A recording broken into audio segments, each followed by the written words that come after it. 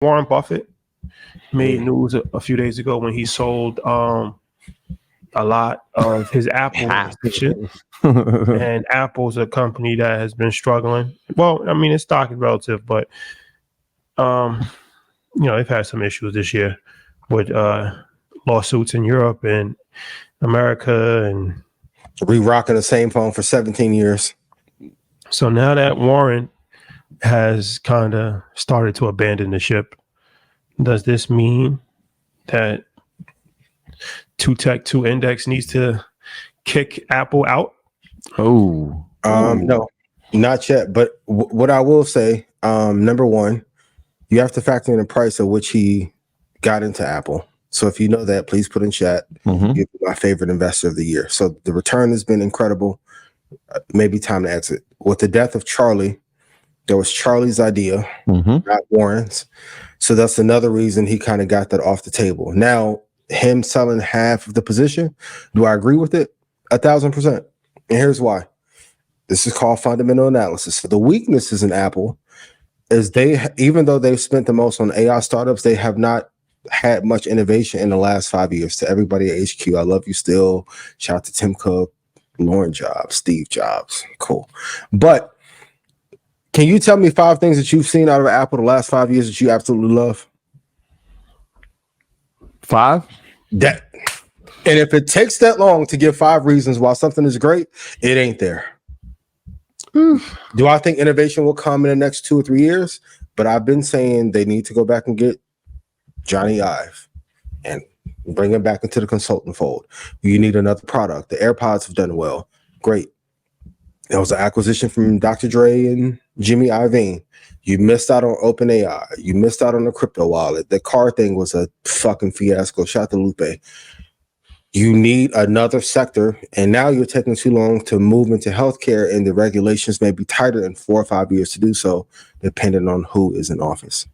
So if I was Buffett and I had 120-something billion sitting in Apple and I don't see any prospects of it going up higher, nothing wrong with taking profit. Hell of a trade, though. They should have been in it 5 years earlier, but this is really Charlie's brainchild. And that's when you say you don't see any prospects of it going higher, then that would mean that it has limited upside, right? It doesn't have the same growth rate that it does over the last maybe 6 years, but also profit margin still 25% and still one of the top 3 market cap companies of all time. Yeah, I was gonna say the profit margins are still high. Yep, 25.3%. It's interesting, the timing of it. I think a month ago we were talking about him shaving 13%, which was a large chunk, and then we hear that he shaved off half in this quarter. I'm assuming he did it around when Apple hit its 52-week high of 234, which makes a lot of sense. Yes. But when the news came out early Saturday morning, I text that in the chat. And the next thing I said is, he knows something. He knows right. He's convinced the whole world he doesn't know how to trade. If you look at the exits when he holds on the shit for 5 to 10 years, it's usually like $4 or $5 from the all-time high. Yeah, we need to get him and Nancy Pelosi in a chat and see what we can do. But yeah, I mean, half is a lot, but what does that mean in terms of cash? That means $227 billion. Most all time. And a bunch of treasury bills. Just sitting on the sideline. And so if you see a market pullback like we've seen obviously today, and if that continues over the rest of this quarter, there's going to be plenty of opportunities for him to buy into new positions. In fact, he might go back and buy some more Apple positions. We don't know. He's still a large shareholder of the company. Well, Berkshire Hathaway is a large shareholder of the company. And so the timing of it seems like when he makes these moves, you see the trickle effect. It was no coincidence when he went to Taiwan to talk. We saw the trickle effect happen with Taiwan Semiconductor. I don't know. You said abandon, which is a strong word. I don't know if he abandons it. Like you said, there's still, yeah. No, he'll slowly trim, and he's trimmed. He's trimmed. Yeah, if I was him, I will push Intel down to 7 and buy the whole fucking company. Just buy it outright. Yeah, I can't get Taiwan. They ran up NVIDIA. He's a tech laggard, but entries are innovative. I will find a way to push that shit. And what better face in a global route to pick up Intel than Warren Buffett? Or we should just watch where his focus have been over the past 6 months. what industries, what sectors. We spoke about a few of them. Like where have the sectors that I know they talk about rotations all the time, and it's like tech rotate. Yeah, okay. But where has his focus gone? Where has the money moved? Right? Like we always tell people follow the money. It leaves traces. Where has the money gone? Where has his focus gone? We talked about oil plenty of times on here, but that would be interesting to watch over the next few months with that cash pile of 27 billion is just ridiculous. Where is that going? Like where the remnants of it? Okay. I want to be on record. If it goes to $9, that he gonna put an offer in. For what? Intel? Intel. The companies ran to shit right now. Well, the government the hottest sector in the last 10 years, and you're the laggard in the space. Yeah. Government contracts gonna keep it around. Okay, Bitcoin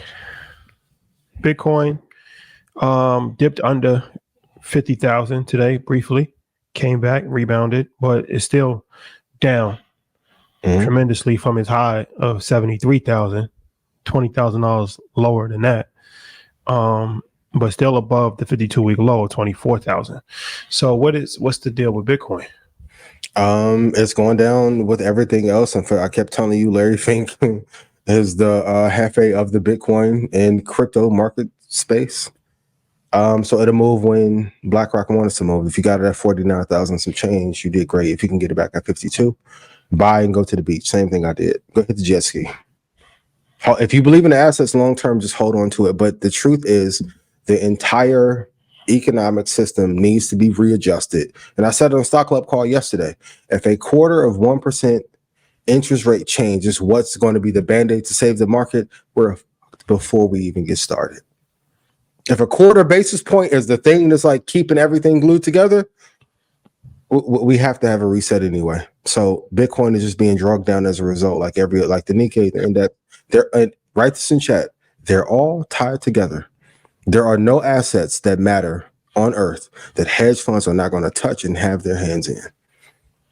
So Bitcoin got so big, and Shadi, to your point, to XRP, at some point, I hope it takes off. But the fact that Larry and BlackRock have not put their hands in to dominate that while the Gensler stuff is going on is very telling. They pick the ones that are going to win. Ethereum, same thing. So we're having a global pullback because something is coming, and I think Warren having 277 billion on cash is telling to the public that he knows, he just can't announce what is coming over the next year. So something is coming.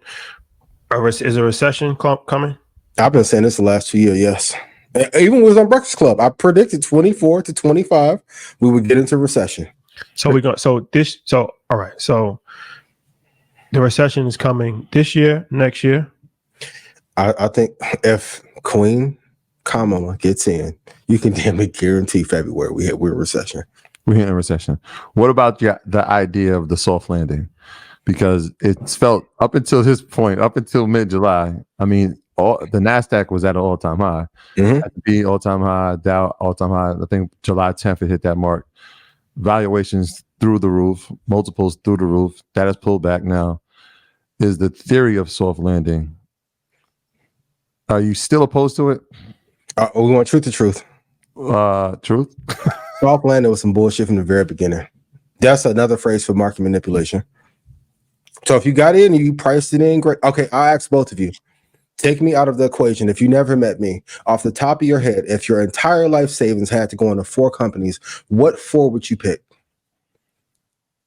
The fact that it takes that long, I got them. Fucking troubling. Go ahead. It's 4, but it's probably obvious 4. Like Apple, Microsoft. I'll take Nvidia and Amazon. Now, Rashad, as an advisor, if I told you 8 years ago nobody said bonds, you would say I was a scam artist, right?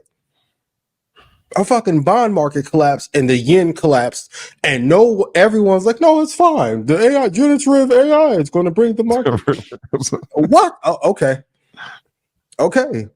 I knew what everybody thought. I was crazy for 107. I'm like, man, if I tell you why this shit can really go and how much of the rest of the market has support, it's scary. I think a lot of black people are already in recession anyway.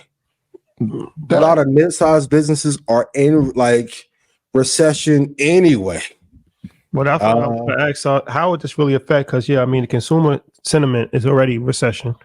So a recession, how bad would it get if technically people are already in a recession.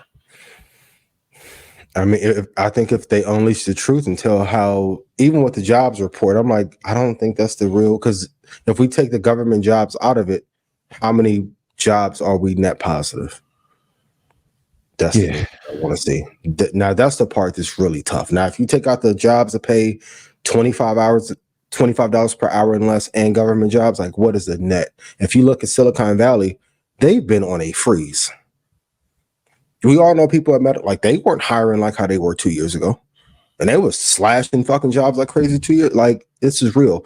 And I'm not trying to be doom and gloom, but as an investor, you have to be honest. Like, California is in a complete, like, state is in decline. Got border issues. Chicago, trouble. Like, even when I was there, was Anna visiting family. I'm like, some landmarks that were incredibly popular 5 years ago are not there or thriving. But I mean, they've tried their best. If anything, they've tried their best to make this as soft as possible. Pause. When you think about, and this is the unfortunate part of interest rates, right? Like, people are going to lose jobs, right? We have to have people lose jobs in order to bring that rate down. Were they overhired at the beginning of the pandemic? Because interest rates were at zero. Right. So the non-farm jobs have come down, right? Yep. That would be a positive sign.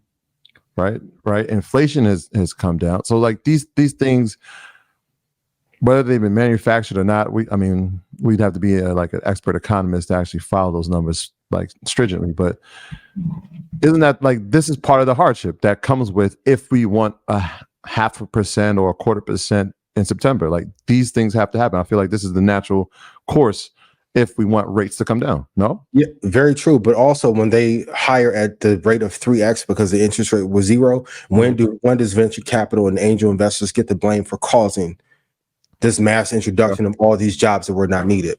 Okay. Private equity is going through a whole shit show that no one wants to talk about, and it's KKR. Shout out to KKR. I love y'all. We got to tell the truth. They overhired. And if the entire American economy is tied to generative AI that can make a dog's ear bigger, we are fucked.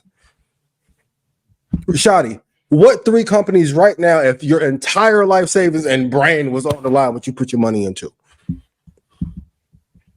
Microsoft's an investor.